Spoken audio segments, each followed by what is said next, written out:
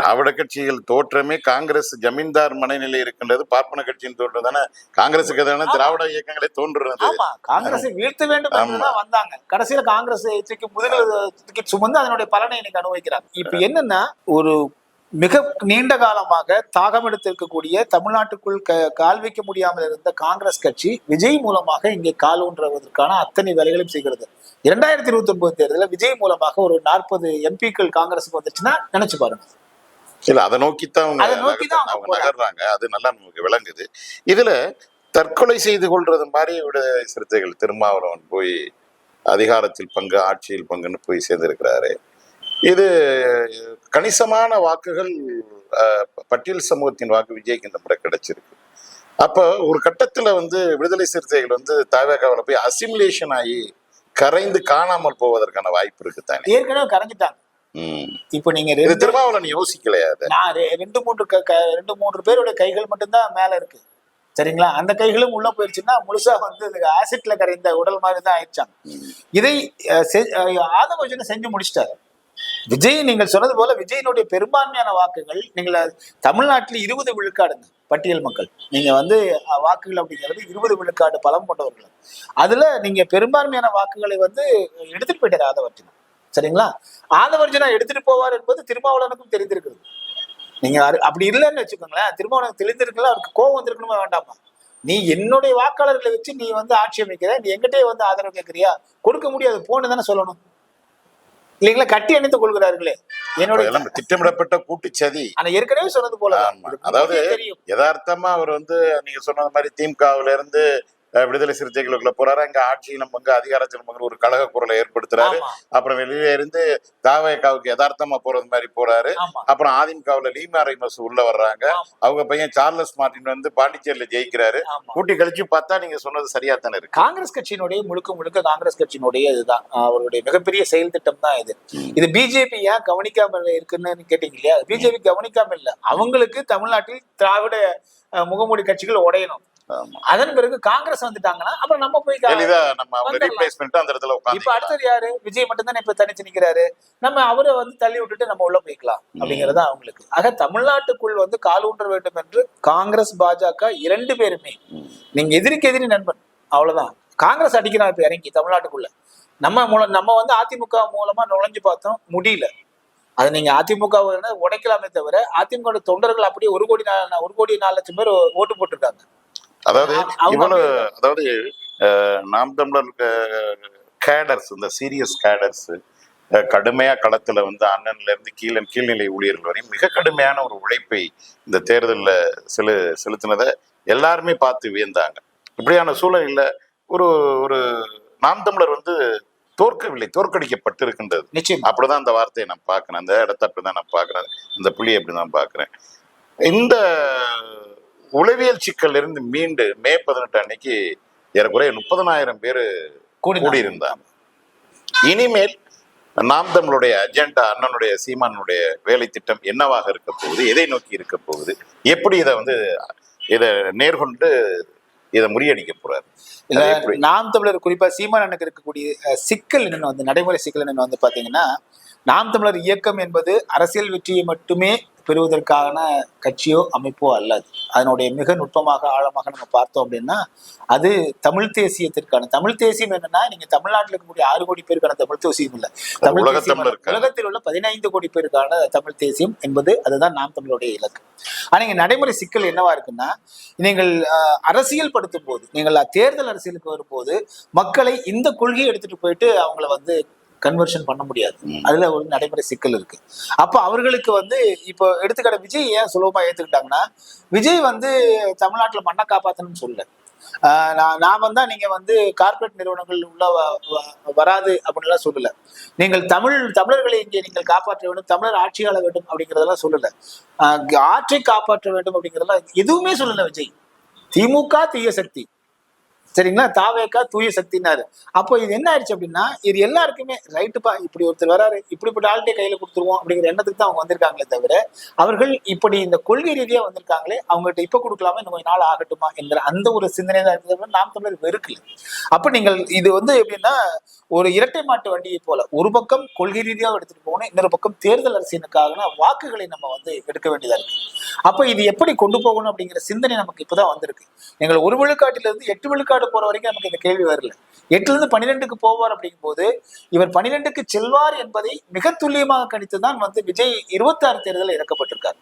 இதுக்கு முன்னாடி நாடாளுமன்ற தேர்தல்ல இறக்கல அவரை, இடைத்தேர்தல்ல ஈரோட்லயும் சரி விக்கிரவாண்டியில இறக்கப்படல.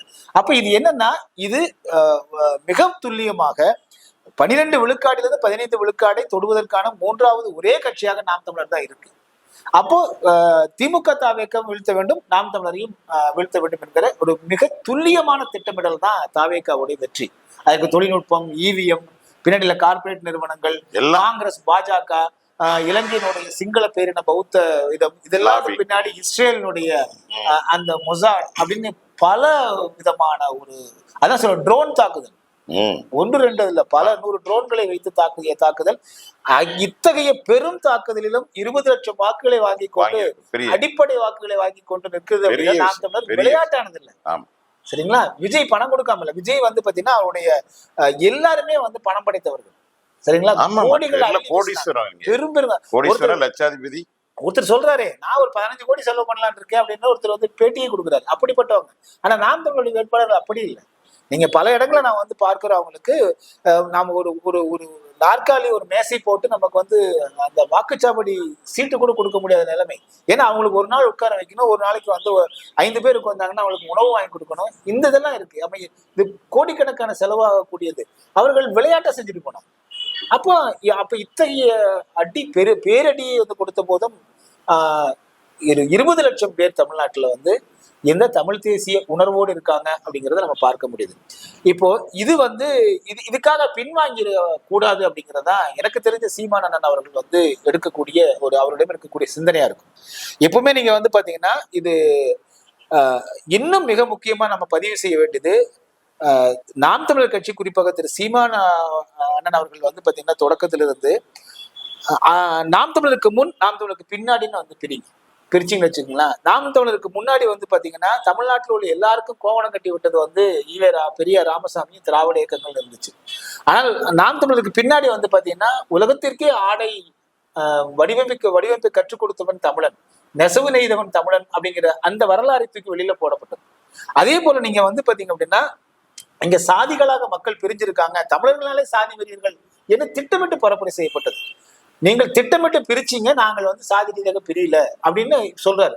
அப்போ இந்த ஒரு 50-60 ஆண்டு காலமாக, இன்னும் சொல்ல போனா ஈவே ராமசாமி காலத்துல எடுத்தீங்கன்னா 100 ஆண்டு காலமாக திட்டமிட்டு தமிழ்நாட்டில் வந்து தமிழர்கள் மீது பரப்பப்பட்ட சுமத்தப்பட்ட முகமூடிகளை கொஞ்சம் கொஞ்சமா கிழிப்பதற்கு இத்தனை ஆண்டுகள் ஆயிருக்கு நாம் தமிழர் கட்சி.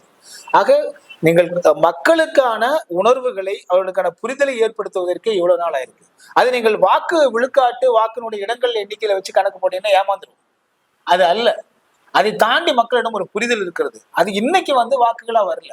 அப்ப மீண்டும் நம்ம வந்து என்னன்னா, அது சொல்ல போறதா, புத்தம் புதிதாக பிறந்தது போல அதே கொள்கை ரீதியாக மீண்டும் வந்து ஒரு பெரிய ஓட்டம் ஓடும் போது 31ல வந்து நிச்சயமாக நீங்க இவர்கள் இந்த போலிகள் எல்லாம் சுத்தமாக உதிர்ந்து விடும். அது வரைக்கும் நம்ம ஓடிதான் ஆகணும். அந்த உறுதி வந்து அவரிடம் இருக்கிறது. இப்ப நம்ம என்ன செய்யணும்னா, இந்த கடைக்கோடி மக்களிடம் வரைக்கும் கொண்டு போகணும்.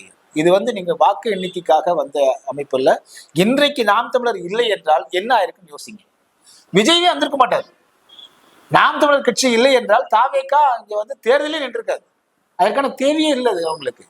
நாம் தமிழர் கட்சி உருவாகி இவர்கள் வந்து பதம் போடுறாங்க. இவர்கள் வந்து முழுக்க ஒரு மிகப்பெரிய தளத்தை உருவாக்குறாங்க. இந்த தளம் வந்து நீண்ட நெடுங்காலம் நீடிக்கும். சீமானோட அல்ல, சீமானுக்கு பிறகு அவருக்கு பின்னாடி இருக்கக்கூடிய ஆயிரக்கணக்கான இளைஞர்கள் இன்னும் பல தலைமுறைக்கு எடுத்துட்டு போயிடுவாங்க என்கிற இந்த அச்சம் தான் நாம் தமிழரையும் சீமானையும் மட்டம் தட்ட வேண்டும் என்பதற்காக இவர்கள் வந்து செய்த ஒரு செயலா நம்ம பார்க்கிறோம். எனவே இது இப்பொழுது உறக்க சொல்ல வேண்டியது ஒன்றே ஒன்றுதான், இது தேர்தல் வெற்றி அல்ல. அதற்கு நாங்கள் வரல. ஆனால் தேர்தல் வெற்றியும் நாங்கள் விட்டுவிட மாட்டோம். தொடர்ந்து அதற்கு முயற்சி செய்து கொண்டே இருப்போம். மக்கள் எப்பொழுது வாக்களிப்பார்கள் வாக்களிக்கட்டும். ஆனால் தமிழ்நாட்டை நம்ம வந்து கைவிட்ட முடியாது. மே 18 உரையே அந்த ஒரு அது வந்து விளையாட்டான உரை அல்லது. அது வந்து நீங்க ஒவ்வொரு சொல்லுமே வந்து மிக கவனமாக அவர் எடுத்து வச்சார். ஏன்னா இப்ப நீங்க ஒண்ணு இல்ல, சரி ரைட் பா, நாங்க இன்னும் தேர்தல் அரசியலுக்கு வரல, நாங்க ஒதுங்கிட்டு போய் நம்ம மளிகை கடை வச்சு பொழைச்சுக்கிறோம்னா தமிழ்நாட்டுடைய நிலை என்ன ஆகுன்னு பாருங்க. சுடுகாடுதான். யார் குரல் கொடுப்பா?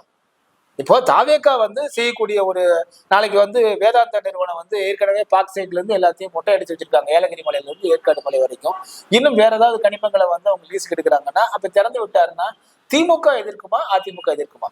எதிர்க்க முடியாது. ஏன்னா அவர்களே ஏற்கனவே அனுமதி கொடுத்திருக்காங்க இல்லைங்களா? ஸ்டெர்லைட்ல இருந்து எல்லாத்துக்கும் அவங்க அனுமதி கொடுத்தவங்க. ஆக நாளை விஜயோ அல்லது வேறு எந்த கட்சி தமிழ்நாட்டில் ஆட்சிக்கு வந்தாலும் அவர்கள் தமிழ்நாட்டும் தமிழர்கள் மீது எந்த விதமான அக்கறையும் காட்ட போறது, எந்த விதமான ஒழுக்கத்தையும் அவர்கள் கற்றுக் கொடுக்க போறது கிடையாது. எந்த விதமான தமிழருடைய ஒண்ணுமே இல்லைங்க. இன்னைக்கு நாம் தமிழர் கட்சிக்கு முன்பாக நீங்க வந்து இன்னைக்கு வேலு நாச்சியார்னா யாருன்னு தெரியாது, சரிங்களா? வேலு நாச்சியாருக்கு எங்க சிலை இருக்கு? ராஜராஜ சோழன்னா யாருக்கு தெரிய போகுது? சோழர்களே வந்து நீங்கள் பார்ப்பன அடிமைகள்னு பரப்புரை பண்ணிட்டு இருந்தாங்க. அப்போ எப்படிப்பட்ட ஒட்டுமொத்தமாக தமிழரை அழித்து விடக்கூடிய செயல 100 ஆண்டுகளாக நீங்கள் வந்து பெரியார் ராமசாமி காலத்திலிருந்து திட்டமிட்டு பரப்புரை செய்யப்பட்டு வருது. அதை உடைத்தெறிந்த ஒரே கட்சி வந்து நாம் தமிழர் கட்சி, ஒரே இயக்கம் வந்து பே மணியரசன் ஐயாவுடைய தமிழ் தேசிய பேரியக்கம்.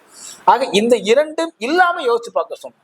நாம் தமிழருடைய ஒவ்வொரு தம்பி தங்கைகளும் இந்த வேளையில் நாம் தமிழர் கட்சி இல்லை என்றால் தமிழ்நாட்டினுடைய நிலை என்ன அப்படின்னு யோசிச்சு பார்த்தாங்கன்னா இந்த தோல்வி என்பது ஒரு சோர்வாகவே இருக்காது. எதிரி சாதாரண எதிரி இல்லை, ஒரு எதிரி அல்ல. நாம் தமிழர் கட்சிக்கு எதிராக இருக்கக்கூடிய, அழிக்க வேண்டும் நினைக்கக்கூடிய ஒரு எதிரியா இருந்தா பரவாயில்ல, நூற்றுக்கணக்கான எதிரிகள், சரிங்களா? அத்தனை பேர் இருக்கான். அது பன்னாட்டு அளவுல. மிக முக்கியமா இன்னொன்னு சொல்லிடணும், அதை குறிப்பாக தம்பி தங்கைகள் புரிஞ்சுக்கணும். என்னன்னா அதே ஒரு பொதுமக்களும் தமிழ்நாட்டை புரிஞ்சுக்கணும். தமிழ்நாட்டு அரசியலுக்கு ஏன் இவ்வளவு முக்கியத்துவம் தர்றாங்க? ஆந்திராவுக்கு தரல, கேரளாவுக்கு தரல, கர்நாடகாவுக்கு தரல, ஏன் தமிழ்நாட்டை இவ்வளவு மையமாக காங்கிரஸ் கட்சி, பிஜேபி, இலங்கை, வெளிநாட்டு கட்சிகள், அமெரிக்கா, இஸ்ரேல் வரைக்கும் இங்க ஏன் குறி வைக்கணும்? தமிழ்நாட்டு அரசியல் இவ்வளவு ஆர்வம் அவர்கள் ஏன் செலுத்த வேண்டும்? மரக்காணத்திலிருந்து பாண்டிச்சேரி, மரக்காணத்திலிருந்து புதுக்கோட்டை மாவட்டம் வரை கீழே இருக்கின்ற கனிம வளம் இருக்கு. இன்னொன்று வந்து பாத்தீங்கன்னா மிக முக்கியமா டிஃபென்ஸ் காரிடார் ஏற்கனவே கொண்டு வந்துட்டாங்க பிஜேபி. நீங்கள் ஹோசூர்ல இருந்து அப்படியே நீங்க வந்து பாத்தீங்கன்னா இங்க வரப்போகுது. ஏற்கனவே கூடங்குளம் அணு உலை இருக்கு. ஆக இது வந்து இந்தியாவிலேயே அதி உயர் பாதுகாப்பு வலயத்துக்குள் வரப்போற ஒரு மாநிலம். எல்லாவற்றையும் மிக முக்கியம் கடல் அப்படிங்கறத பத்தி யாருமே நம்ம சிந்திக்கல. கடல்ங்கிறது வந்து பாத்தீங்கன்னா குறிப்பா இலங்கை கடற்பரப்பு இலங்கை என்பது ஒட்டுமொத்த இப்ப ஈரானுடைய போர் நடந்துச்சு இல்லைங்களா? ஈரானுடைய போர் நடக்கும்போது நம்ம பார்த்தோம் இலங்கைக்காரனுடைய இந்திய கடற்பரப்பு எவ்வளவு முக்கியத்துவம் வாய்ந்ததுன்னு. இந்திய கடற்பரப்பை தாண்டிதான் நீங்க வந்து ஹோர்முஸ் நீரிணை வழியாக எல்லா கப்பலும் வெளியில போக முடியும். அது இந்திய பெருங்கடலுக்கு வழியா தான் போக முடியும். 2009 ஈழத்தில் தேசிய தலைவருக்கும் அமைப்புக்கும் என்ன நேர்ந்ததோ அதுதான் 2026 தேர்தல் களத்தில் நாம் தமிழர். அதேதான், இதே ஃபார்முலா. நிச்சயமாக அவங்க இயக்கத்தை உடைச்சாங்க, இங்க வந்து கட்சியை உடைக்கணும். நீங்கள் ஆயுதங்களை கீழே போட்டு அரசியல் ரீதியா வந்துட்டீங்களா, அப்ப உங்களுக்கு விட மாட்டோம் அப்படிங்கறதா அவங்களுடைய அடிப்படை. இது அதனாலதான் இத்தனை விதமான வியூகங்கள். இதன் என்ன ஆகும் அப்படின்னா, இதை நீங்க கண்டுகொள்ளாம விட்டு நாம் தமிழரை கைவிட்டு விட்டால் நீங்கள் தமிழ்நாட்டு மக்கள் எதிர்காலத்துல நீங்கள் எப்படி தமிழ்நாட்டு மக்கள் இருப்பாங்க அப்படின்னா தமிழ்நாடுங்கிற பெயரே இருக்காது, சரிங்களா? தமிழர் ஓலைச்சுவடி எதுவுமே இருக்காது. நீங்க மிக முக்கியமா இந்த 2021 இருந்து 2026 வரையிலும் தமிழ்நாட்டில் நம்முடைய கோவில்கள் இருக்கு இல்லைங்களா? நம்முடைய தமிழர் கோவில்கள் எல்லாமே தமிழ் மன்னர்கள் கட்டின கோவில்கள்ல வந்து பாத்தீங்கன்னா 4000 கோயில்களுக்கு வந்து நாங்கள் குடமுழுக்கு பண்ணிட்டோம் சேகர்பாபு சொன்னார் இல்லைங்களா? இதுல 3000 கோயில்கள் என்ன இருக்கு தெரியுங்களா? இடிச்சு கட்டியிருக்காங்க. இடிச்சு கட்டி அது 100 ஆண்டுகளுக்கு முற்பட்ட கோவில்கள் இடிச்சு கட்டி மாற்றி கட்டி கல்வெட்டுகளை காண இப்போ அது போய் பார்த்தீங்கன்னா நம்மளுடைய பழமையான கோயில்கள் இல்லை. நீங்கள் சோழர் கட்டிய கோயில்ல வந்து பார்த்தீங்கன்னா இப்ப இருக்கிற ஒரு நகைக்கடைக்காரர் பேர் இருக்குது. ஏன்னா அவர் தான் டொனேஷன் கொடுத்திருக்காரு. சோழர் கட்டினாரா இல்ல நகைக்கடைக்காரர் கட்டினாரான்னு தெரியல, மாத்திட்டாங்க. அப்ப தமிழருடைய முழுக்க அந்த கோவில்கள் வந்து அழிக்கப்பட்டு மாற்றி அமைக்கப்பட்டுருச்சு சேகர்பாபு ஆட்சியில, இந்த திராவிட முகமூடி ஆட்சியில. கல்வெட்டுகள், ஓலைச்சுவடிகள் அதனுடைய நிலை எப்படி இருக்கு? இன்னும் நம்ம ஏதோ இந்த தமிழ் தேசிய அரசியல் வந்ததுக்கு பிறகுதான் நீங்க வந்து பாத்தீங்கன்னா இப்ப கல்வெட்டை பாதுகாக்கிறதுக்கு பயப்படுறாங்க, தொடர்றதுக்கு பயப்படுறாங்க, ஓலைச்சுவடி தொடர்றதுக்கு பயப்படுறாங்க. ஆக இதன் காரணமாகத்தான் இருக்கு, இல்லைன்னா எதுவுமே இருக்காது. நீங்கள் இன்னும் கொஞ்சம் தமிழ் என்கிற சொல்லே இருக்காது, மொழியே இருக்காது. அதுதான் நீங்க விளையாட்டு இல்லை, மொழியிலிருந்து பண்பாட்டிலிருந்து உங்களுடைய வரலாற்றிலிருந்து அனைத்துமே வாஷ் அவுட் பண்ணிடுவாங்க. அதற்காகத்தான் நாம் தமிழர் நிக்குது, வெறும் வாக்குகளை வாங்குவதற்கு அல்ல. நீங்க இந்த தேர்தலை வந்து ஒருத்தர் வெல்லலாம், அடுத்த தேர்தலை தோற்று போகலாம், அது ஒரு இயற்கை. தேர்தலில் மக்கள் விஜய் கொடுத்திருக்காங்க, திமுக அதிமுக வீழ்த்திட்டாங்க. அடுத்தது இப்ப களத்தில் நிற்கிறது வந்து பாத்தீங்கன்னா தூய்மையான கட்சி அப்படின்னு சொல்ல போனா தன்னை தூய கட்சி என்று சொல்லக்கூடிய தாவேகாவும் உண்மையிலேயே தூய்மையாக இருக்கக்கூடிய நாம் தமிழர் தான் இப்ப களத்தில் நிற்குது. அதைத்தான் அண்ணன் ரொம்ப அழகா சொல்லுவாரு சீமான் அண்ணன், நம்ம ஓடுறது மாரத்தான் ஓட்டம் தம்பி. ஆமா, அதை வந்து நம்ம தம்பிகள் என்ன புரிந்து கொள்ளணும்னா, நாம் தமிழர் பிள்ளைகள் என்ன புரிந்து கொள்ளணும்னா, இந்த நேர்காணல் வழியாக நான் உங்கள்கிட்ட கொஞ்சம் நான் விரும்புகிற செய்தி என்னன்னா, நாம் தமிழர் கட்சியை வெறும் தேர்தல் அரசியலுக்குள் மட்டுமே சுருக்கி பார்த்து விட முடியவே அப்படி பார்த்ததுனால வந்த உளவியல் சிக்கல் தான் அது. அதுதான் அதுக்கு என்ன காரணம் அப்படின்னா, நீங்க தேர்தல் எடுத்துக்காட்டா இப்படி புரியுற மாதிரி நம்ம சொன்னோம் அப்படின்னா, நம்முடைய நிலம் இருக்கு, நம்முடைய நிலத்துல வந்து தாத்தா பாட்டியோட நிலம். அப்புறம் வெளியில வெவ்வேறு வணிகத்துக்காக வந்தாங்க, அவர் தங்குறதுக்கு கொஞ்சம் ஓய்வு எடுத்துட்டு போறோன்னு வந்தாங்க. நம்ம சரி இருந்துட்டு போட்டுமே விட்டுட்டோம். நம்ம வாட்டில வந்து மற்ற வேலையில பார்த்துட்டு இருக்கிறோம். பார்த்தா அங்க டென்ட் போட்டுக்கு வந்துட்டாங்க. நம்ம இடத்துல தாத்தா பாட்டி நமக்கு கொடுத்த இடம் டென்ட் போட்டுக்கு வந்துட்டாங்க. அதன் பிறகு என்ன பண்றாங்கன்னா, அரசியல் அவங்க ஈடுபடுறாங்க. சரி, விருப்பமா ஈடுபட்டு போறாங்க, நம்ம ஒதுங்கிடணும். அரசியல்ல, வேலை வாய்ப்புல எல்லாத்துலயும் அவங்க ஈடுபடுறாங்க. பிற மொழியாளர்களும் பிற நாட்டினரும் ஈடுபடுறாங்க, நம்ம விட்டுட்டோம். இப்ப நம்ம எழுந்து எப்ப என் இடம்பா எழுதுக்கோன்னு சொன்னா, யார் சொன்னா ஏன் இடம்ன்றாங்க. புரிஞ்சுங்களா? அவங்க எப்படி நீங்க வந்து இல்லப்பா உனக்குன்னு தனியா நாடு வந்துருச்சு, மொழிவழி மாநிலங்கள் பிரிச்சாச்சு, நீ அங்க போ. இல்ல அப்படின்னா நீ உனக்கு எத்தனை பேர் இருக்கிறீங்களோ அந்த பிரதிநிதித்துவத்தை வாங்கிக்கோங்க அப்படின்னு சொன்னா, இல்ல நாங்க தான் இங்க வந்து பூர்வகுடி மக்கள் அப்படிங்கிற அளவுக்கு வந்துட்டாங்க. உண்மையை சொல்ல போனா நாம் தமிழர் கட்சி வந்து இந்த அளவுக்கு வலிமையாக இறங்கி வந்து பாடுபட வேண்டிய தேவை என்ன இருக்கிறதுன்னா, தமிழ்நாடு தமிழர்களுக்கு சொந்தமல்லன்னு சொல்லிட்டான். விளையாட்டுக்காக இல்ல சொன்னாங்க, விளையாட்டுக்காக தெல்ல தெளிவா சொல்றாங்க, நீங்கள் தமிழர்களே வந்தேரிகள் தான். ஆமா சொன்னாங்க, அதுல ஆதாரங்கள்லாம் இருக்குது. நீங்கள் வந்து நீங்க வந்து எங்க இருந்து வந்தீங்க, மெமோரியால இருந்து வந்தேன்றான். சரிங்களா? இன்னொருத்தர் வந்து உலக தமிழாராய்ச்சி அந்த நிறுவனத்துல ஒரு பிறமொழியாளர், அவர் போய் உட்கார்ந்துக்கிட்டு நம்மள தமிழர்களை குஜராத்ல இருந்து இங்க வந்தவன்னு சொல்லிட்டாங்க. இப்போ நாம் தமிழர் கட்சி இல்லைன்னா இன்னும் என்ன இருக்குன்னா, நாம எல்லாம் குஜராத்ல இருந்து வந்த ஆட்கள், நம்ம ஒரு 100 பேர் நினைச்சிருப்பான். இன்னொரு 100 பேர் நம்ம எல்லாம் லெமுரியால இருந்து வந்தவங்க, அப்ப இந்த நாடு நம்மளது இல்லப்பான்னு இருப்பாங்க. இவர்கள் முழுவதுமாக ஆட்சி அதிகாரத்தை கையில் எடுத்துக்குவாங்க. இதுதான் நடந்திருக்கு.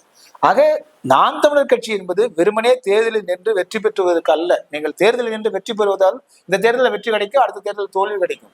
அது மட்டும்தான் மாறி மாறி நடந்துட்டு இருக்கும். அதுக்கு எதுக்கு இவ்வளவு பாடுபட்டு இருக்குன்னு இத்தனை உயிர் தியாகங்கள், எதுக்கு 65,000 மாவீரர்கள் உயிர் திறந்தாங்க, எதற்காக இசைப்பிரியா வந்து இதன் உயிரை விட்டா, அப்ப எதற்காக வந்து இத்தனை மொழிப்போர் தியாகிகள் உயிரை விட்டாங்க? தேர்தலில் நின்றுக்கலாமே, அவங்க நின்று ஜெயிச்சுட்டு போயிருக்கலாமே, அவங்க அதுக்காக உயிரை விட்டாங்க. அது அல்ல. தேர்தல் என்பது இந்த மாநிலத்தினுடைய நிர்வாகத்திற்கு. சரி, நாம் தமிழர் கட்சி மட்டும் வந்தா என்ன சாதிச்சிருவாங்க, என்ன செய்ய போறீங்க அப்படின்னு கேட்டா, நிச்சயமாக இந்திய ஒன்றிய அரசுக்குள்ள இருந்துட்டு வந்து பெரிய மாற்றங்களை உண்டாக்க முடியாது. ஆனால் என்னென்னவெல்லாம் கொண்டு வரல, நாம் தமிழர் கட்சி ஆட்சிக்கு வந்தால் ஊருக்கு வந்து பெரியார் ராமசாமி சிலைக்கு பதிலாக வேலுநாச்சியார் சிலை இருக்கும். சரிங்களா? ஒவ்வொரு ஊருக்கு வந்து நீங்க வந்து கோயம்புத்தூரா அங்க வாவு சிதம்பரனார் சிலைகள் செய்து இருக்கும். இப்படி இருக்குமே தவிர, நீங்கள் இது முக்கியமா இருக்கும், ஓலைச்சுவடிகள் பாதுகாக்கப்படும், கல்வெட்டுகள் பாதுகாக்கப்படும். தமிழன் என்று உலகத்தில் எங்க போனாலும் நீங்க வந்து நிபந்தனை என்று சொல்வதற்கான அந்த வாய்ப்புகள் கிடைக்கும். தமிழர்களுக்கு வேலை வாய்ப்பு எல்லாத்திலும் முன்னுரிமை கிடைக்கும். வேளாண்மை நிலம் பாதுகாக்கப்படும், இங்க கனிம வளங்கள் பாதுகாக்கப்படும். தமிழ்நாடு என்கிற உண்மையிலேயே வளமிக்க ஒரு நாடு இப்போது இருப்பதை விட பல மடங்கு முன்னேற்றத்தை அடையும். அதற்கு தான் நாம் தமிழர் கட்சியினுடைய ஆட்சி தேவை என்று ஒட்டுமொத்த தமிழர்களும் விரும்புகிறாங்க. இன்று வாக்குகள் கிடைக்காம இருக்கலாம், ஆனால் வாழ்க்கை, நாம் தமிழர் என்பது வாக்கு அல்ல, வாழ்க்கை. அப்படிதான் நம்ம வந்து ஒரு பத்திரிகை ஊடகங்களாக பார்க்கிறேன். நான் ஒன்றும் சீமானனுடைய ஆதரவுக்காக அல்லது நாம் தமிழர் ஆதரவுக்காகலாம் பேசல. இயற்கை இதுதான். சிம்பிளா நாம் தமிழர் கட்சி இல்லைன்னா தமிழ்நாடு என்ன ஆகுன்னு ஒவ்வொரு தம்பி தங்கைகளும் ஒரு மணி நேரம் வந்து அவர்களுக்குள் விவாதம் பண்ணட்டும். நாம் தமிழர் கட்சியினுடைய தேவை புரியும். ரொம்ப நன்றி தோழர். ஒரு மூத்த ஊடகவியலாளர் நீங்க, டிஎன்டி மீடியான்னு வச்சிருக்கிறீங்க, தமிழ் ஊடகம்னு வச்சிருக்கிறீங்க, பல்வேறு செய்திகளை தொடர்ச்சியாக இந்த தமிழ் சமூகத்திற்கு, உலக தமிழருக்கு நீங்க கொடுத்துக்கிட்டே இருக்கிறீங்க. இவ்வளவு ஒரு பரபரப்பான சூழ்நிலையில் எங்களுக்காக நேரம் ஒதுக்கி சிறையில் வந்து இணைந்து இந்த உங்களுடைய கருத்துக்களை எல்லாம் பகிர்ந்து கொண்டமைக்கு ரொம்ப நன்றி. வணக்கம்.